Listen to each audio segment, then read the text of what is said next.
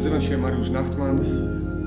12 lat temu przyjechałem do Kędzierzyna z moją żoną i 2 małych dzieci, ponieważ odczuliśmy powołanie do zakładania zborów i chcieliśmy się temu właśnie poświęcić. Swoją pracę rozpoczynałem w zborze, który liczył niespełna 12 osób. Czasami na nabożeństwach niedzielnych pojawiało się 15 osób. Była to dosyć niełatwa praca, ciężka, ponieważ jako młody człowiek pracowałem z dosyć dojrzałymi ludźmi, zarówno pod względem wiary, jak i dojrzałości w latach. Ale dzięki łasce Bożej mogliśmy rozwijać tą pracę, starać się ewangelizować ludzi, pozyskiwać nowe znajomości, tak aby tą pracę rozwijać.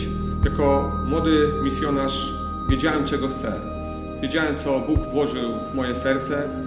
Nawet spisałem sobie właśnie tą wizję na kartce papieru, na kartkach papieru.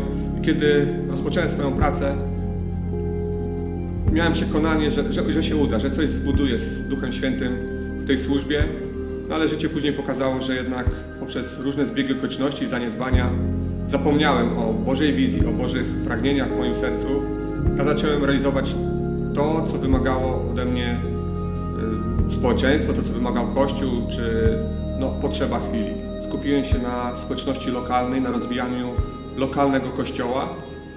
Po 10 latach swojej służby zobaczyłem, że owoce, które wydałem dzięki tej służbie, one nie były złe, ale nie były tym, co ja bym chciał osiągnąć, tym, co było w moim sercu. Wiedziałem, że rozminąłem się gdzieś z Bożym powołaniem, dlatego postanowiłem pojechać na szkolenie Metamorfik jako młody misjonarz, a po to, aby odświeżyć też swoją wizję, swój punkt patrzenia.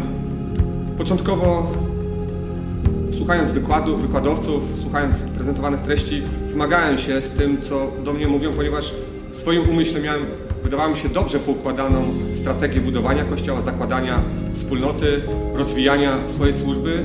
Natomiast w pewnym momencie szkolenia, konferencji, wykładów zrozumiałem, że to jest nie tak, że Boży zamysł dla mnie i dla mojej służby jest całkiem inny. Pamiętam, jak jeden z wykładowców rzucił takie hasło, że odpowiedzią dla chorej społeczności, dla chorego świata jest zdrowy Kościół. Bardzo mocno to zapamiętałem i to zmieniło mój sposób patrzenia na to, kim jest Kościół, na jego rolę Kościoła w społeczności, a tym samym na moją rolę jako pastora społeczności. Zacząłem z inną perspektywą patrzeć na swoją służbę, na wyposażanie innych ludzi do Kościoła, do pracy. Starałem się budować Kościół Królestwa, a nie Kościół według swoich schematów i swoich założeń. Pamiętam, jak wróciłem z jednego ze szkoleń, rozczarowany swoją postawą jako misjonarza, zawiedziony trochę swoimi owocami, przyszedłem do mojej żony, mówiąc jej o swoich rozczarowaniach, szedłem na dół, aby modlić się o swoją dalszą wizję, o swoje plany. Usłyszałem wewnątrz głos, który mówi: Mariusz, popatrz na swoje plany i swoją wizję, którą miałeś sprzed 10 lat. Okazało się, że praktycznie to, co napisałem 10 lat wcześniej, to była ta sama wizja, którą Bóg włożył w moje serce i którą mam do dzisiaj, którą dzisiaj potwierdza.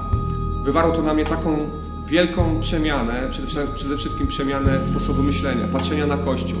Uchwyciłem inną perspektywę budowania Kościoła i co ciekawe, to się odbiło nie tylko na Kościele, ale na tym, jak nawet remontujemy nasz budynek zborowy, jak wybudowaliśmy choćby drugą toaletę z najlepszych materiałów, jak dostaliśmy na rynku, zainwestowaliśmy w nią to, co było cenne i naprawdę dzisiaj ona jest wizytówką tego zboru, ale także wydarzyły się inne rzeczy, takie jak przewartościowanie służby liderskiej, przewartościowanie sposobu patrzenia na Kościół, zmiana mentalności u członków zboru, aby budować Kościół Królestwa, Kościół, który ma naprawdę 5 gwiazdek.